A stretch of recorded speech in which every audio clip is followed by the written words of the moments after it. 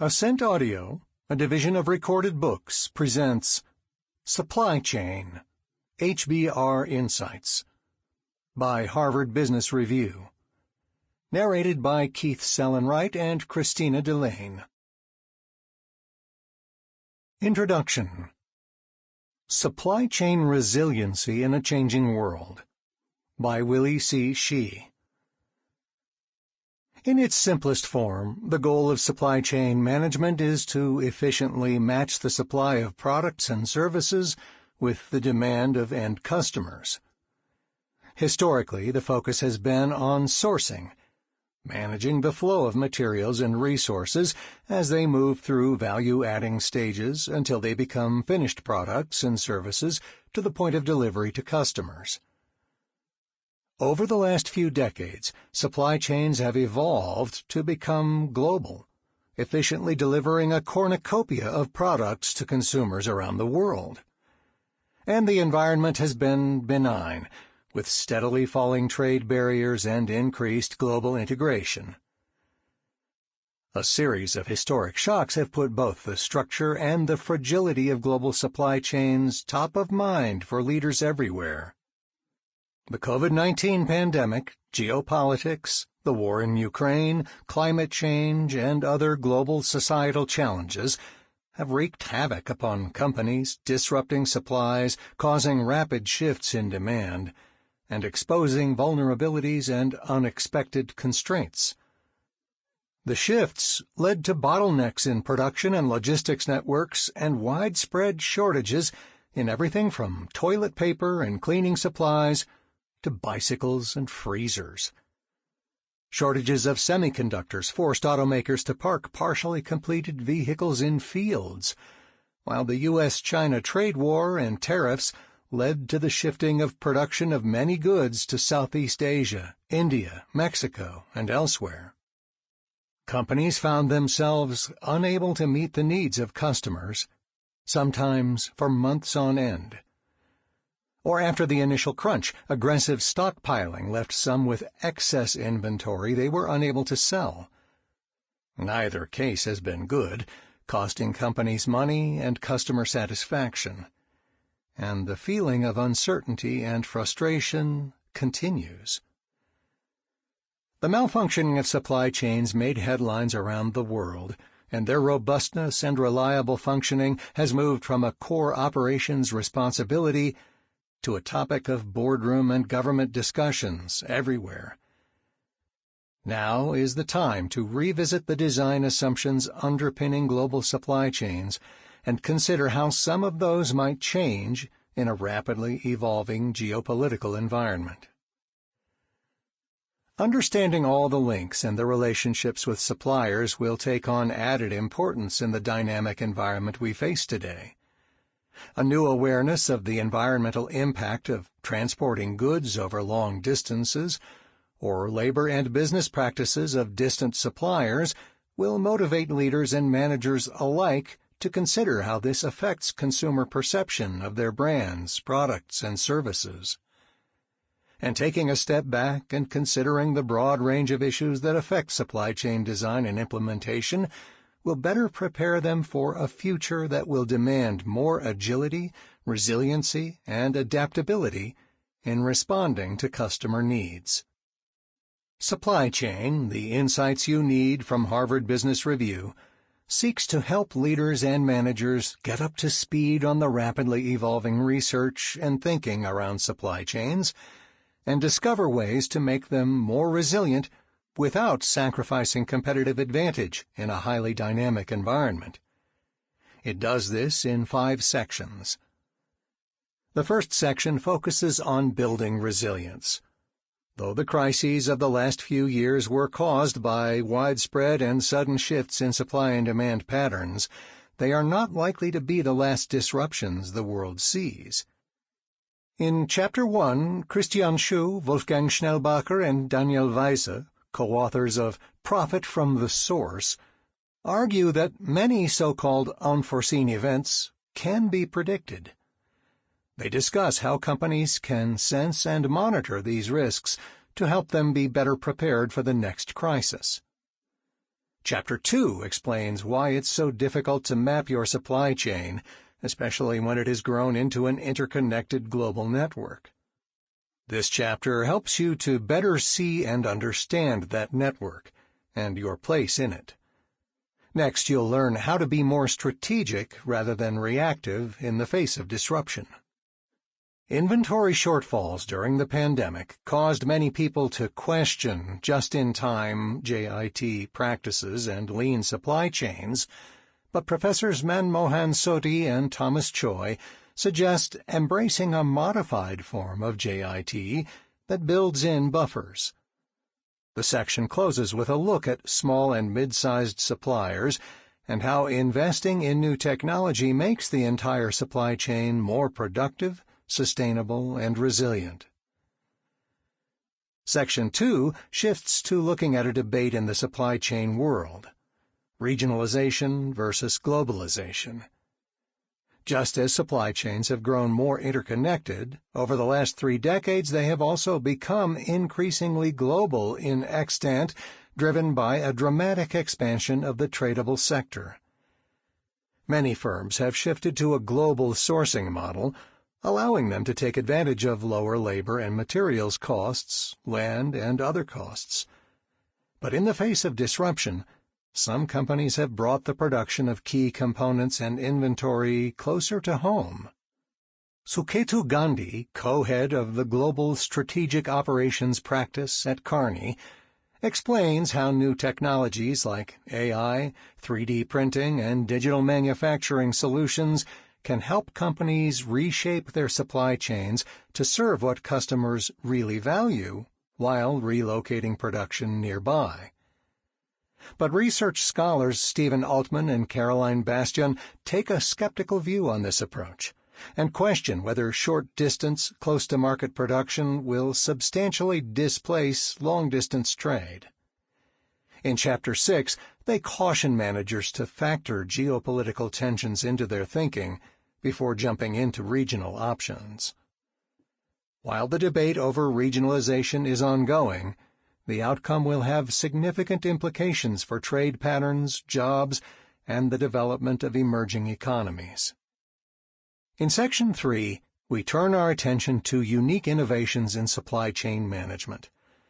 Over the course of the pandemic, the bullwhip effect, where demand variability increases as one goes upstream in a supply chain, was a major cause of supply-demand imbalances across numerous product sectors.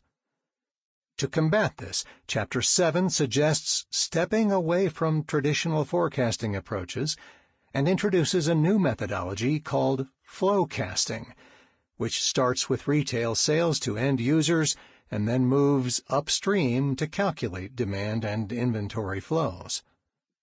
Additionally, Chapter 8 explores how digitizing a supply chain and building a digital platform can enable companies to bring in new partners and generate new opportunities, using Hire's Cosmoplat platform as an example. By tying together partners in an ecosystem, they can collaborate with cooperative innovation and design, enabling their value chains to evolve with changing times. We'd be remiss in this book if we didn't discuss an essential element in supply chain: suppliers. In Chapter 9, I urge firms to consider the health of their suppliers by moving beyond transactional deals to treating them as strategic partners. Next, Maria Jesus Sáenz, Elena Revilla, and Inma Borella look at how digital technology and platforms are changing the nature of supplier relationships, and how managers can take on a boundary-spanning mindset to enhance agility, flexibility, collaboration, experimentation, and trust. Section 4 ends with a unique look at how artificial intelligence-powered software, a chatbot, helps Walmart to automate procurement negotiations. Out of 89 suppliers, the chatbot was successful in reaching an agreement with 64% of them, with an average negotiation turnaround of only 11 days. The final section features articles on taking sustainable action. Labor practices and the sustainable use of resources are increasingly important issues for leaders and managers as companies face increasing scrutiny from advocacy groups, financial analysts, the media, and customers. Chapter 12 provides an approach to simplifying the currently complex system of audits in the apparel industry and calls for use of more independent third parties who can employ standardized audit frameworks. And in the book's final chapter, Professors Veronica Villena and Dennis Gioia address some of the challenges in cascading sustainability goals down through multi-tiered supply chains, highlighting how collaborative approaches can make sustainability initiatives more feasible. After all, as Villena and Gioia note, a supply chain is only as strong as its weakest link. As you listen to this book, it's not enough to simply understand the concepts, but to use them in your daily work and strategy. Ask yourself these questions as you think about how to apply the themes and ideas scattered throughout this book to your own business. As the global trading environment continues to shift, where are the biggest risks for disruption in my company's supply chain? Where are potential new opportunities? Where can we build more resilient measures into the organization's supply chain operation? Do we have room to change or adapt quickly if necessary? And do we know what options are available to us? Has my organization reviewed our supplier relationships and how we manage them? Which are the truly strategic ones, and which expose us to disruption as well as ESG risks? How can we work with suppliers in more productive and more beneficial ways? How can new digital tools help us not only with visibility, but also with innovation? Which tools would be most helpful to our business? Where can we experiment with them? The world has changed. While most leaders and managers grew up in a relatively benign world of expanding access to global production sources and markets, the future promises to be much more dynamic. Those who understand supply chain foundations as well as the best thinking on agility, resiliency, and some of the changing pressures will be better prepared for the more constrained and less certain world ahead. Section 1. Building Resilience. 1. 3 Steps to Prepare Your Supply Chain for the Next Crisis. By Christian Schuh, Wolfgang Schnellbacher, and Daniel Weise. No one can say they weren't aware of the possibility of a global pandemic, or of the numerous border disputes around the world causing increased volatility. Conflicts resulting from heightened geopolitical tensions could easily unbalance the entire semiconductor industry, but such disasters can be partially mitigated with sufficient risk monitoring. Indeed, most of the risks that a company will face do not fall into the category of what the mathematician and philosopher Nassim Nicholas Taleb termed black swan events, random, highly improbable events that have enormous impact. A trade dispute, a viral epidemic, a product failure, a cybersecurity breach, a tsunami? These are not black swans, but as the business writer Michelle Wucker memorably puts it, gray rhinos, highly probable, highly predictable, high-impact, but neglected threats that are charging toward the company like a crash of rhinos, who show visible signs of aggression and whose attacks can thus be predicted nearly 100% of the time. In other words, they are when, not if events, and this means they can be prepared for. For many CEOs, preparing for something that may not happen on their watch will seem like a luxury they can ill afford. But in fact, the benefits of doing so are not just about protecting on the downside. CEOs building resilient companies can expect to profit on the upside, too. Companies that are well prepared and as a result prosper in a crisis, can expect to recover more quickly than their competitors. In a review of corporate performance during the past 4 U.S. downturns, since 1985, Boston Consulting Group, BCG, found that 14% of companies increased their sales and their profit margin. Investors are starting to reward companies that build for the future by becoming more innovative and more resilient. In June 2020, during the depths of the COVID-19 pandemic, BCG surveyed major institutional investors and found that 9 out of 10 believed it was important for healthy companies to prioritize the building of business capabilities, even if it means lowering earnings per share guidance or delivering below consensus. So CEOs have every reason to prepare for the next crisis and no reason not to. But how exactly should they do it? They need to start building long-term resilience now. If they wait until the next crisis strikes, it will be too late. We recommend 3 steps. Create a world-class sensing and risk monitoring operation. To get a clear view of the likely risks in their supply chain, CEOs need to invest in risk intelligence and strategic foresight, creating a team of procurement super forecasters equipped with the latest artificial intelligence, AI-powered sensing technology. Effective risk monitoring operations should encompass not only direct, or Tier 1 suppliers, but also indirect, or Tier N suppliers who operate deep within the supply chain. Also, it should take account of 8 essential risk categories. 4 associated with individual suppliers, operational, financial, reputational, and structural risks. 3 associated with a supplier's country or region, disasters, geopolitical, and fiscal risks. 1 associated with a supplier's industry, industry risks. Within each of these categories, there are 3 or 4 specific risks.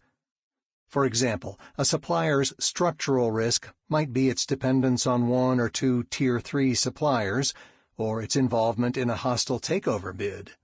A supplier's geopolitical risk might be its operations in a war zone or a territory that imposes tariffs and other trade barriers. And a supplier's industry risk might be its dependence on 1 or 2 monopolistic suppliers who then suffer a production delay. Having established a framework, CEOs need to feed it with data linked to specific key risk indicators, KRIs. For example, operational KRIs might be the age of a supplier's machinery or the percentage of employees in workers' unions. Industry KRIs might be the concentration of suppliers that could lead to bottlenecks, or a supplier's R&D into innovative technology and the likelihood of obsolescence. While disaster risk KRIs might be the number of people vaccinated in the country and at the supplier, or the number of power outages suffered by the company.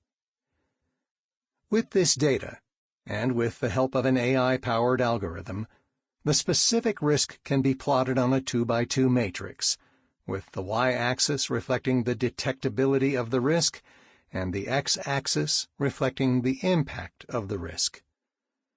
The 4 quadrants of the matrix correspond to limited risk, hard to detect events that have a non-critical impact. If a risk is deemed to be limited, then it can be deprioritized and occasionally reviewed for any increased detectability. Manageable risk, easy to detect events that have a non-critical impact. If a risk is found to be manageable, then it can be subject to automated tracking and daily review. Disruptive risk, hard to detect events that have a critical impact.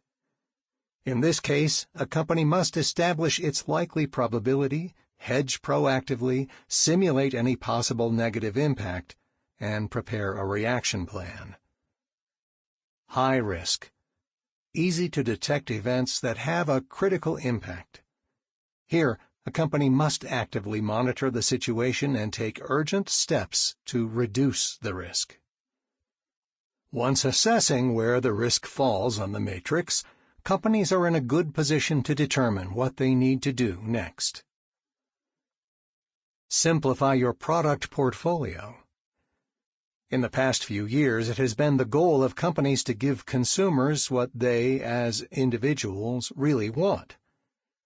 Niche, highly personalized segment-of-one products and services have become the norm. The trouble is that many of these products are low margin, lack a strategic purpose, require a broader range of suppliers, and lead to higher manufacturing, freight, and out-of-stock costs. For these reasons, CEOs should look to scale back their product portfolios. That means eliminating some product lines and modifying the remaining products by simplifying their design, harmonizing their specifications, and standardizing their constituent raw materials, components, and other ingredients, as well as their packaging materials. De-risk your supply chain. CEOs need to consider a series of risk mitigation actions that encompass the three elements of the supply chain: sourcing the raw materials, components, and other parts of products, manufacturing the products, and delivering the parts to the factories and the products to the customers. Take manufacturing, for example. CEOs should review their make-or-buy strategy, consider investing in digital technologies such as 3D printing, and above all, switch manufacturing to locations at home, reshoring, closer to home, nearshoring, or closer to consumer markets, regionalization. The fast fashion industry has long valued local manufacturing, primarily for speed. It now enjoys the additional benefits of lower supply chain risk. Similarly, Unilever has invested in highly mobile nanofactories housed in 40-foot shipping containers that can be sited pretty much anywhere as need dictates. CEOs should also consider taking back control of their supplies of critical raw materials and components. They can do this in a couple of ways. During the last semiconductor shortage, we helped the CEO of a U.S. technology company prepare for the next, that is, the current shortage, by encouraging him to have his company develop contractual relationships with companies that are instrumental in every stage of the semiconductor supply chain, and with which they previously had no direct relationship. These include semiconductor vendors such as Infineon and NXP, foundries such as Taiwan Semiconductor Manufacturing Corporation, TSMC, and Global Foundries, integrated circuit makers such as JCET and Amkor, and distributors such as Avnet and Arrow Electronics. Another way to take back control is to take ownership of vital components. This is what Tesla has done by designing and making its own microchips. As CEOs tackle today's crises, it might seem perverse to have to start preparing for the next one. But it is essential that they do so. By taking the steps we've outlined, CEOs will ensure that their companies are well positioned for the rebound in the post-crisis phase. Takeaways. Most risks that a company will face are not random, highly improbable black swan events.